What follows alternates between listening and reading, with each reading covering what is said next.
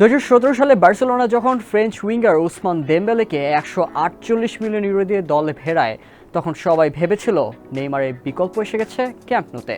কিন্তু সেই স্বপ্নের পরিবর্তে আসে হতাশা, ইনজুরি আর একের পর এক শৃঙ্খলা ভঙ্গের ঘটনা। এখন যে কোনো ব্র্যান্ডের পুরাতন এসি বদলে নতুন ওয়ালটন এসিতে উপভোগ করুন 25% ছাড়। বার্সেলোনার 5 বছর যেন ছিল এক ধরনের নষ্ট সময়, সেটা ডেম্বেলে নিজের কথাতেই উঠে আসে। তবে এই গল্পের সবচেয়ে নাটকীয় দিক হচ্ছে সেই ডেম্বেলে এখন ব্যালন ডি'অর দৌড়ে অন্যতম ফেভারিট এবং প্যারিস সেন্ট জার্মেইর চ্যাম্পিয়ন্স লিগ জয়ের অন্যতম প্রধান ভরসা। ডেম্বেলের প্রতিভা নিয়ে কখনোই প্রশ্ন ছিল না।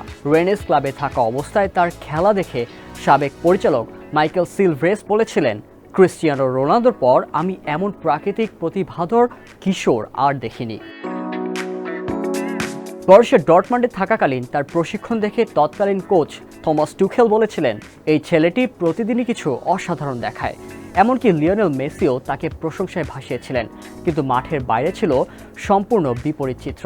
ডেম্বেলে সময় মতো দলের মিটিংয়ে উপস্থিত হতেন না, ভিডিও গেমে রাত কাটাতেন, খাদ্যাভ্যাসও ছিল পেশাদার ক্রীড়াবিদের মানে না। গোল.com-এর এক প্রতিবেদনে বলা হয়, ডেম্বেলের ঘরে ফাস্টফুডের খালি বাক্স ছড়িয়ে থাকত আর তার প্রাক্তন শেফের বানানো স্বাস্থ্যকর খাবার ফেলে রাখা হতো। ডেম্বেলে নিজেই স্বীকার করেছেন, বার্সেলোনার নিজের 5 বছর যেন তিনি নষ্ট করে ফেলেছেন সেখানে। তার ব্যক্তিগত জীবনে শৃঙ্খলার অভাবই তাকে পেছনে ফেলে রাখে। ইনজুরি, খেলার ধারাবাহিকতায় ঘাটতি, সব মিলিয়ে বার্সেলোনায় তার সময় ছিল হতাশাজনক। যখন অবশেষে সে ফিট হয়ে মাঠে ফিরল, তখন সে তার দাম বুঝে উঠতে পারেনি। দল তাকে বিশেষভাবে যত্ন নিলেও সে শেষমেশ পিএসজিতে চলে যায়, যা ছিল ক্লাবের জন্য এক প্রকার আর্থিক ধ্বংস। 148 মিলিয়ন ইউরো দিয়ে কিনে শেষমেশ মাত্র 50 মিলিয়নের বাই আউট ক্লজের অর্ধেক টাকা পায় বার্সেলোনা।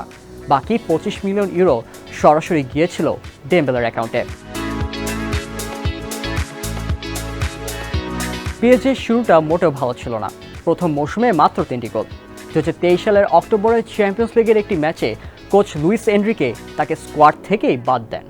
কারণ হিসেবে তিনি বলেছিলেন, যে কেউ যদি দলের প্রত্যাশা পূরণ না করে তাহলে সে খেলার জন্য প্রস্তুত নয়। অনেকেই ভাবতে শুরু করে হয়তো ডেম্বেলের ক্যারিয়ার এখানেই শেষ, কিন্তু সেটা হয় উল্টো। ওই ঘটনার পর ডেম্বেলে নিজেকে বদলে ফেলেন।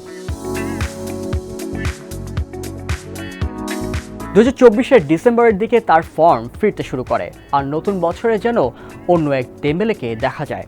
2025 সালে ইউরোপের বিগ 5 লিগে সরাসরি সর্বোচ্চ 31টি গোলে অবদান তার, যার মধ্যে নিজেই করেছেন 25টি গোল। বার্সেলোনার 6 মৌসুমে মোট যে সংখ্যক গোল করেছিলেন তিনি, সেটি ছাড়িয়ে গেছেন মাত্র কয়েক মাসেই। সবচেয়ে বড় পরিবর্তন এসেছে তার পজিশনে। আগে তিনি উইং থেকে খেলতেন, এখন মূলত নাম্বার 9 পজিশনে খেলছেন। লুইস এনরিকে নিজেই বলেছেন, সে সবসময় সঠিক জায়গায় থাকে, বল পায় এবং প্রথম টাচেই গোল করে। কিলিয়ান এমবাপ্পে চলে গেলেও পিএসজির আক্রমণ ভাগে ডেম্বেলের অভাব অনুভব হয়নি, বরং তিনিই এখন দলের সবচেয়ে নির্ভরযোগ্য খেলোয়াড়। ফ্রেঞ্চ লিগে 2024-25 মৌসুমে প্লেয়ার অফ দ্য ইয়ার হয়েছেন তিনি। চ্যাম্পিয়ন্স লিগ ফাইনালে দোরগোড়ায় পিএসজি, সামনে ইন্টার মিলানের বিপক্ষে বড় ম্যাচ। সেই ম্যাচ জিতলে ব্যালন ডি'র জয়ের রাস্তা অনেকটাই সহজ হয়ে যাবে তার জন্য। এমবাপ্পে বলেছেন, আমি ডেম্বেলের সবচেয়ে বড় সমর্থক। আমরা 14 বছর বয়স থেকে একে অপরকে চিনি। এবার তার মাথায় পরিবর্তন এসেছে, মাঠে সে এখন অনেক ঠান্ডা মাথায় খেলে। ডেম্বেলে নিজেই বলেছেন, যদি আপনি পরিশ্রম না করেন তাহলে ফুটবল উপভোগ করা যায় না। এখন সেই পরিশ্রমই তাকে নিয়ে এসেছে এমন এক পর্যায়ে যেখানে সে একদিকে পিএসজিকে তাদের প্রথম ইউরোপিয়ান কাপ জয় করতে পারে, আর অন্যদিকে নিজের ক্যারিয়ারের শ্রেষ্ঠ স্বীকৃতি ব্যালন ডি'র জন্য অন্যতম দাবিদার হয়ে উঠেছে। ফ্রান্স ফুটবলের ইতিহাসে বহু প্রতিভা এসেছেন, কিন্তু ডেম্বেলের গল্পটা একেবারেই আলাদা।